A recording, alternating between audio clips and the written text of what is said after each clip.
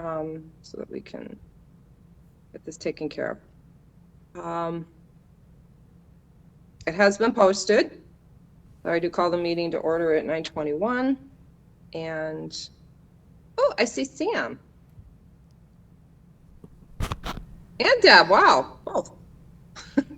Okay. I'm pulling up, I apologize, I am pulling up because I had to restart my computer yet again, pulling up the agenda. There we go.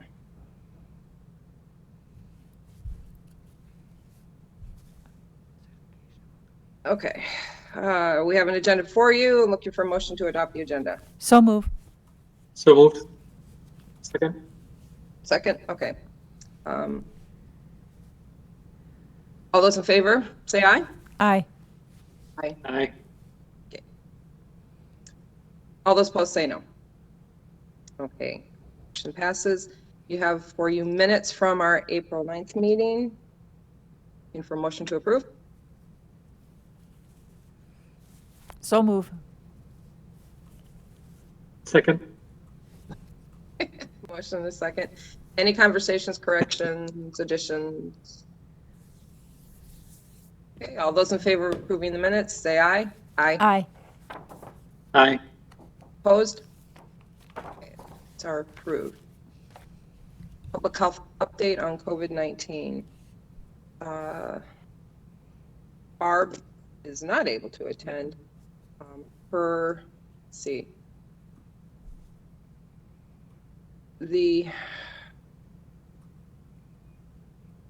Yes, I had gotten a email from somebody within her department yesterday giving me the numbers, most recent numbers.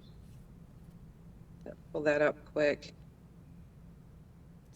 So current daily stats in Trempealeau County as of yesterday at 2. We have a 7-day rolling average of 4.8, which puts us in the yellow category. We have 3 new cases. That brings our total cases to 3,523. We have 17 active cases. We currently have 1 hospitalized. We've had 118 hospitalized total. Of those tested, we've had 12,667 negatives, and 3,466 have recovered from COVID, and we've had 40 deaths, and it looks like we have an additional one, a +1 in parentheses. So we must have had another death yesterday that's waiting to be official. So that's where we're at now. If there's any questions. No, I think the +1 was 1 death. I think they're doing weekly stats, so I think that was a weekly number. Okay.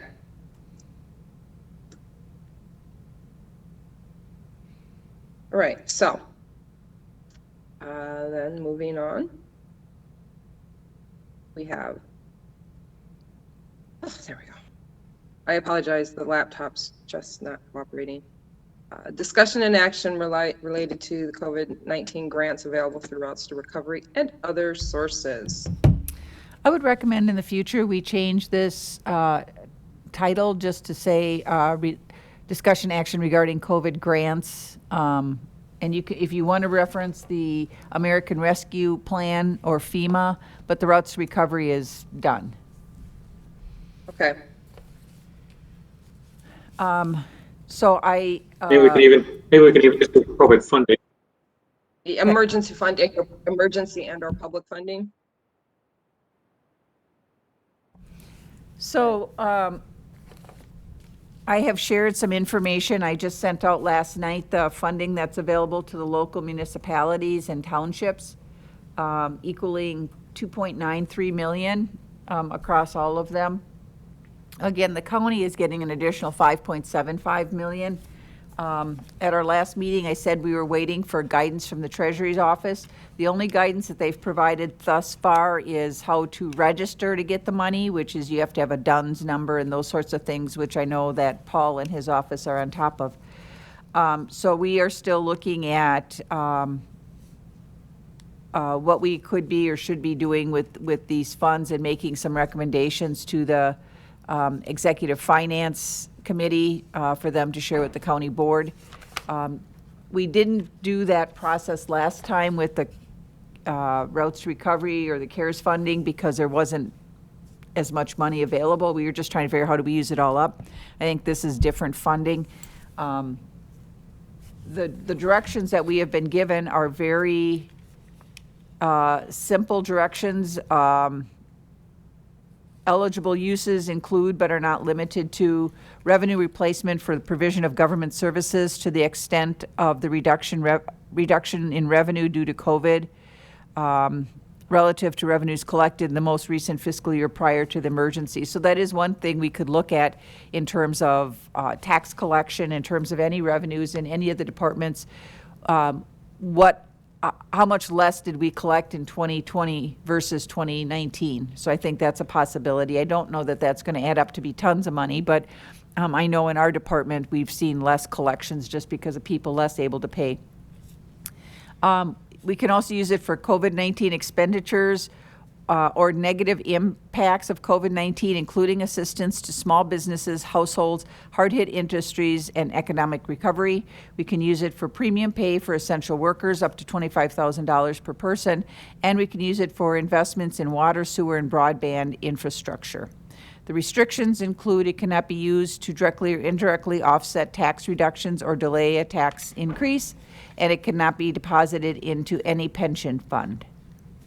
And it has to be spent by the end of the calendar year 2024. That is as much direction as we've received so far. There's some recommendations, of course, that we not create new programs that we can't sustain ongoing. And investments in infrastructure is really important because that's a one-time thing that you can make a long-time impact on. It also says the influx of funds will undoubtedly benefit state and local finances and aid in recovery in the impacts of the pandemic.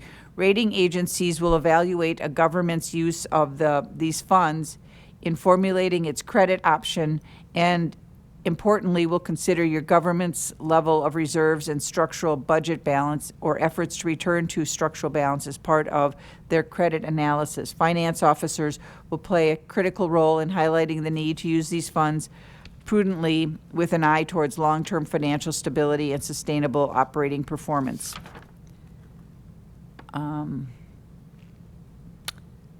Unique opportunity for governments to make strategic investments in long-term assets, build reserves to enhance financial stability, and cover temporary operating shortfalls. But those are just some general recommendations. There isn't anything specific. Again, it was brought to my attention by another department head. Didn't come from my brain, that we have a huge human crisis going on in our county, and how can we use these funds to do something unique and helpful, one-time kind of way to make a difference for families that are struggling with domestic violence, with depression, with mental illness, with substance abuse, with child abuse and neglect, with all kinds of the negative things that have happened with COVID. There's been so much pressure on families with kids with trying to provide education, and still continuing to this day because a lot of schools are still doing the hybrid model. So there's still home education going on. And then a lot of families have had a lot of losses during COVID, not just members of their family that have passed away during COVID, which is certainly tragic as well, but losing family members that you couldn't go see because of other illnesses, but you couldn't go see them. I think that's been a terrible loss to a lot of individuals as well. And people, even losses because of people not being able to get the medical care that they need. So I think there's just been a lot. The amount of pressure on people has been enormous, and I think we need to figure out how do we make a lasting impact to make a difference for them.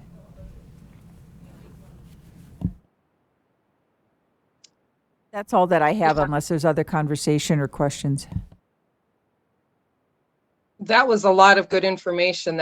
Thanks for reading all of that, because that did give us a little more insight into some of what they were thinking, at the top level that's sending this down. That was some good information. I mean, I think the idea of broadband is a good one for a county to consider. There is funding other funding inside of the Rescue Act to enhance broadband, and I don't know what the communities are, the local municipalities and townships are thinking they're going to use their funding for. Is there some way we could partner with them and kind of get more bang for the buck? Is certainly a big question that I would have.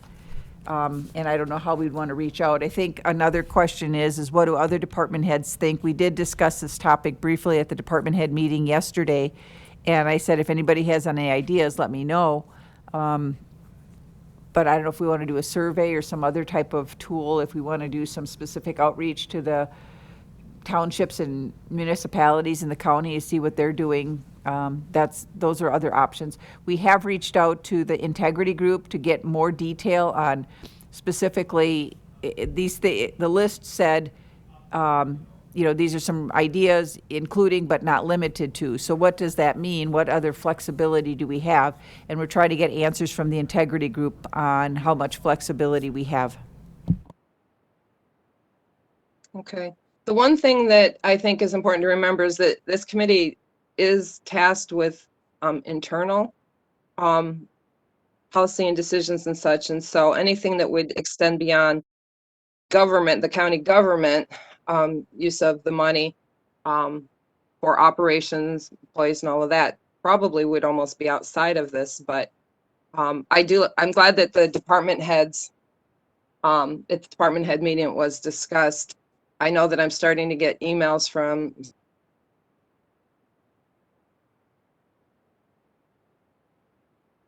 We lost you, Sally.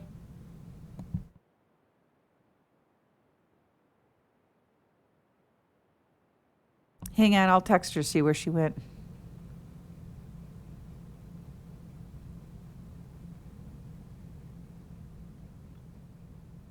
I wonder if her phone died.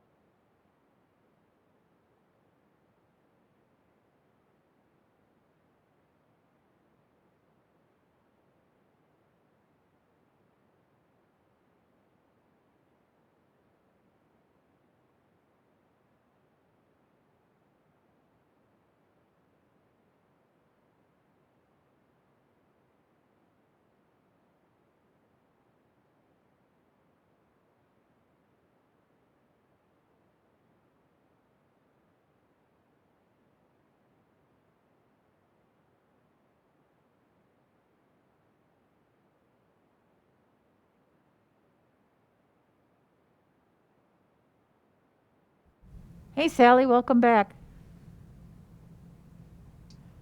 Okay, can you see me? Yeah, we can.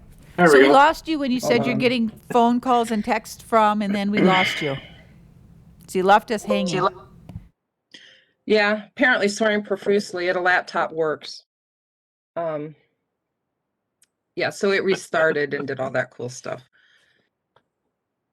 Yeah, so anyway, I think I dropped off at the point where I said I was glad that department heads were talking about it, that I had gotten feedback. I was starting to get feedback from different department heads that on the committees I serve on some of the ideas that have been kicked around. So certainly people that weren't aware of it are now aware of it, and other committees. So do we know when the first disbursement shows up? I don't know. They're going to send the first half of it as soon as Paul completes all the documentation with the DUNS number and all that type of certification. It doesn't sound very complicated, but it should be shortly. Okay. Does anybody else have any thoughts, conversations, opinions? I don't really have much to add. I, I kind of agree, Sally, with you that I think, the decision obviously comes from the county board. Not saying that this committee couldn't make some recommendations to the board since the money's coming in due to COVID, that we couldn't, as a committee, make some recommendations. My other thought too is, I like the idea of working with the local municipalities to try and get more bang for the buck. My suggestion on that would be is before doing too much legwork on that, present that idea to the board to see if that's a direction they want to pursue or look into. Because I'd hate to do a bunch of work and know that the board already has ideas as to what they want to do with it. Just a couple of thoughts. Right. Yeah, I think as information comes in, Deb, if you wouldn't mind, have you had a chance to kind of have this conversation with John and explain it as you explained it to us? I have not, but I could certainly do that. Okay, I'll John let was him know at that the I've dep- asked. John was at the department head meeting yesterday, but I can have a more in-depth conversation with him. Okay, yeah, just so that he understands some of the process, and then probably bears worth repeating. And then he can just ask the questions one-on-one. Sometimes I think he's more comfortable doing that. And then we can kind of go from there. I have my ideas, and with the bright time, we'll probably have no problem whatsoever sharing them. But yeah, I'm still at the point where I'm trying to figure out, like, when money comes in, what are they, how are they dispersing it? And then I was going to talk to John and ask him what his thoughts are on where to go from there. I'm on the record. I've said it before, I'll say it again. I'm on the record as not being too fond of creating this big committee like we did with the CapEx 2020, and ended up with some projects that probably didn't benefit the entire county in the way that we would have liked to. So when the second disbursement came, it was like, let's just go ahead and do it different. I think this is a bigger chunk of money. This is, again, money that probably should be spent carefully, wisely, and yes, looking at it as an investment to reduce the impact of the human crisis. I'm kind of disappointed that they're saying, oh, you can't create new programs, but I understand that too. You create it and then you can't sustain it later, but we can look at maybe some programs that just need some kickstart money. And then when they prove their value, might be able to be sustainable in the ongoing budget after that. So those are some conversations that will have to be had, I guess. The board is where we want to, how much, I guess the word I'm using, which isn't appropriately because I haven't had enough coffee, probably like how much we want to look at, if we want to try some things that we wanted to try that we've kind of budgeted but weren't sure about, that we could maybe go ahead and take that chance and try some new things, certainly within service delivery to people in the communities who are vulnerable and in need. I think there's an entire segment of the population that has just been completely left behind. And that's the part that we're talking about, the Deb, that you talked about, just that those vulnerable people that really don't have a voice and they are screaming. And we need to make sure we're hearing them. So yeah, I get a little overwhelmed sometimes at all the things that we could do and need to do, and how are we doing it. So any other conversation on that? I have Okay. none. Okay. Thank you for all the work you're doing on that, and also helping us understand. And if I haven't said before, you guys, thanks for your patience as my technology is rebelling. Okay. We've all Any had those other days, Sally. We've all had those days. This is like the Mondayest Friday I've had yet, and I didn't think it was possible after a couple of Fridays ago, so. Which is not giving me hope for the rest of my day. Do we know, we are done with the routes to recovery, so we ended up getting back a total of, how much was it? 541,000 and some odd dollars, and that all went in the general fund. Okay. Okay. And then we've also got the FEMA money that we're still, Yeah, and that, the FEMA money is to paying for specific things, so that, well, that won't benefit the general fund per se. It will help the county by being able to make investments in IT and a number of other things. right. Okay. Then moving on, discussion of PPE. At the last meeting, Jeremy had said that our supplies were pretty consistent, and so I don't imagine we've had a run on anything since then. So unless anybody has any other information on that, then I will move on to number Nope. 8, discussion, review, and action of new and existing related policies. The virus outbreak pandemic response plan, I know that IT had one that they were going to be turning in. They stated that a couple weeks ago at the LAPC meeting that they were going to be, so that should be getting turned in. He's going to send that through property committee for their review first, and then that should be coming in. So, so we have that one, that department, so we'll have one more. Then moving on to precautions, preventative measures for facilities. Back on the policies, I know Amy was putting something together with what all the departments had given her. Did she pass that on to you, Sally? No. Okay. Is Sally, I she, don't know if you got my email. I did get your email just today when my computer restarted. So I see Okay. a It was scan. about, whether or not we want to, oops, sorry, I have a bad connection here, so I have a little bit of a delay, so. I wasn't sure if we wanted to add Krista as the interim Human Resources Director to the committee, because I know we periodically do talk about employee policies and potential revisions to them, or if we wait until the new director is hired. I wasn't sure how we wanted to proceed on that aspect.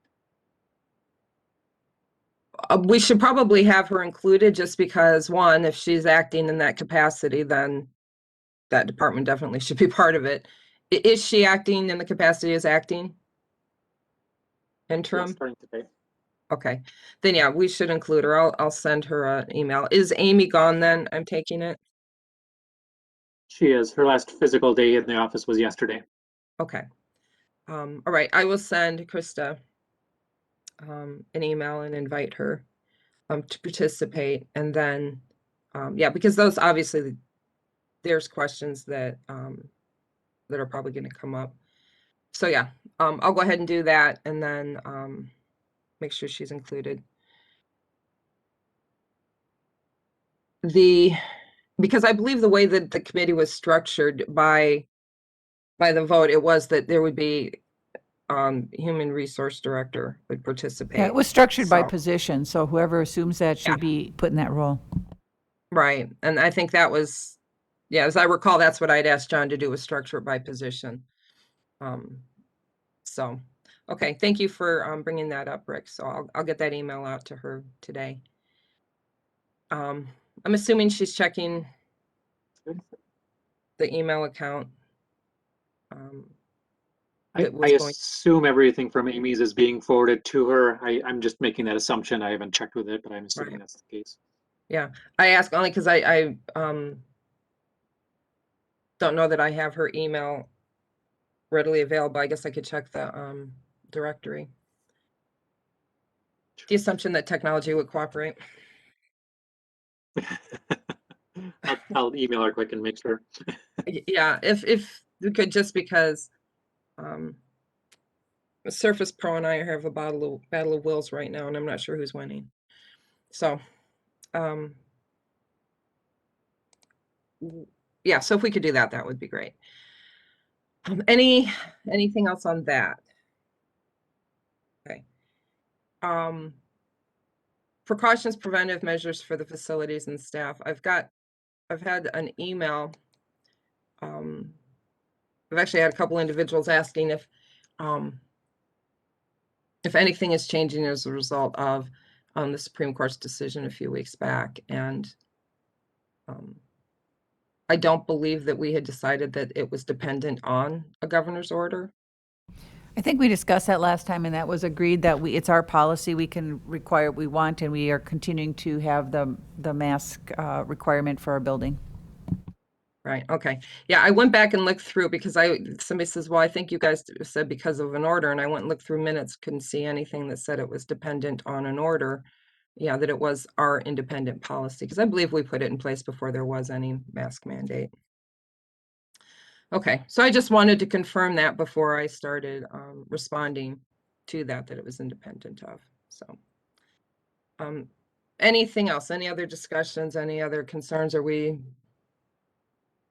Did you guys all see Tim Robertson's email regarding the surface cleaning? Yes, I did. Okay. I didn't know if there is a discussion to be had about that or not. I just wanted to bring it up since he sent an email.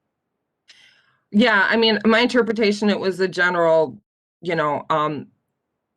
we've always left it to Jeremy to decide how to sanitize and clean the courthouse. I don't know that we put into place prior to this committee being formed some sort of a rule that said how often things had to be, or was this just left to the discretion of the maintenance department? It was left to Jeremy to make those decisions. Right.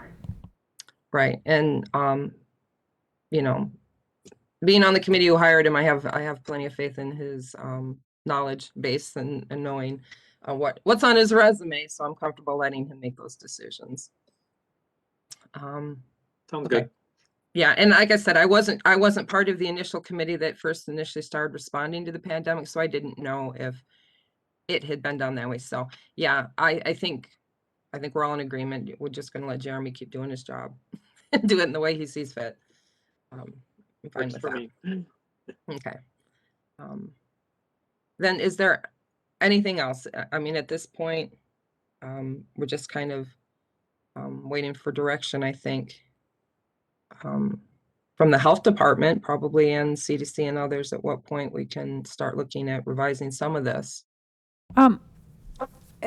We are looking at in human services, and particularly the aging program, reopening some services such as transportation in the future, looking at opening congregate meals. Is that something we can decide? Is that something this committee should be discussing or providing some direction on? How would you like to proceed? My sense of the what the committee was going to do is that each department, because each department has unique needs and unique responses to what they do within the community, that was going to be responsible for creating their own policies about how they would ensure safety of staff and the public, because what would be required of one department might not necessarily be required of a different. If you're direct face-to-face with the public, you're going to have different needs than a department that doesn't. So that was my impression, that we were going to allow departments to make those decisions based on the unique needs of their department. Okay, that's helpful. I think as long as we know that there's an eye and a concern and an awareness of health and safety of staff and then the public, that was my impression. Has this committee made a motion to officially make a recommendation to personnel bargaining about extending the COVID time or extending the COVID remote work policy? I just want to make sure that, because the current policy as far as personnel bargaining has approved is through June. And so I just don't want to have things lapse in May, they don't address it, or they address it in June last minute. So I just want to make sure we get ahead of that.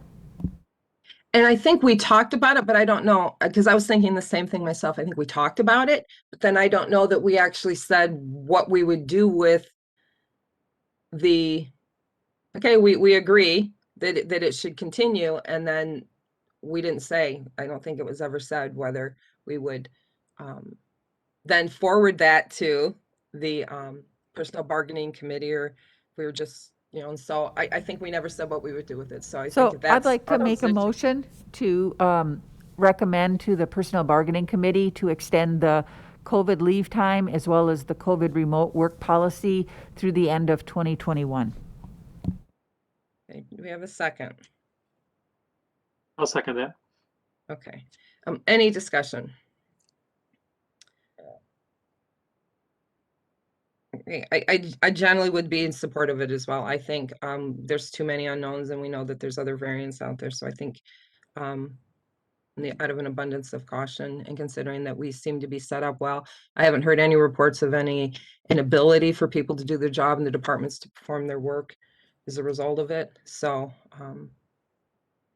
then, anybody else have any discussion on it? Okay, all those in favor, say aye. Aye. Opposed? Aye. Are you in supportive or are you opposed? It came in after. Me? Yeah, Oh, I'm in support of. okay. Just wanted to clarify. Okay. So Rick, will you be Um, passing that on then to HR? I just heard from Krista. Go ahead. Yes, and I just heard from Krista that she is getting Amy's emails. So Okay, Rick, do you want to pass on to Krista then that this should go on the personnel bargaining agenda meeting for May? yep, I can let her know.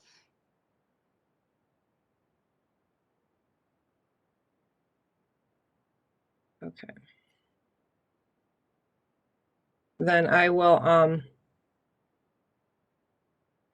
go ahead and notify personnel bargaining. I'll be in attendance of the meeting to let them know. I'm assuming that you guys usually are in attendance at the meetings as well. Yes, ma'am. Okay, so there'll be a few of us there. So in the event some kind of a work crisis pops up or something else, if I'm not there, if somebody else could convey what we had decided, I would appreciate that. Anything else on that? Okay. Then other COVID-19 topics for future meetings. Gonna stick with the same agenda? I think so, with the one adjustment that Deb had suggested. Right. Okay, yeah, and I made note of that, so that's there. Then the only other thing would be our next meeting, which is Sam. Sam usually knows our next meeting. May 7th. Mr. Thank you, Sam. Okay, so 7th. As always, please, if you think you can't attend, please let me know so that we have a pretty good idea going in if we're gonna have a quorum or not. And appreciate everybody who came in and were able to get this meeting taken care of. We did have a couple things that we needed to deal with today, so that was good. Thank you. Unless there's anything else.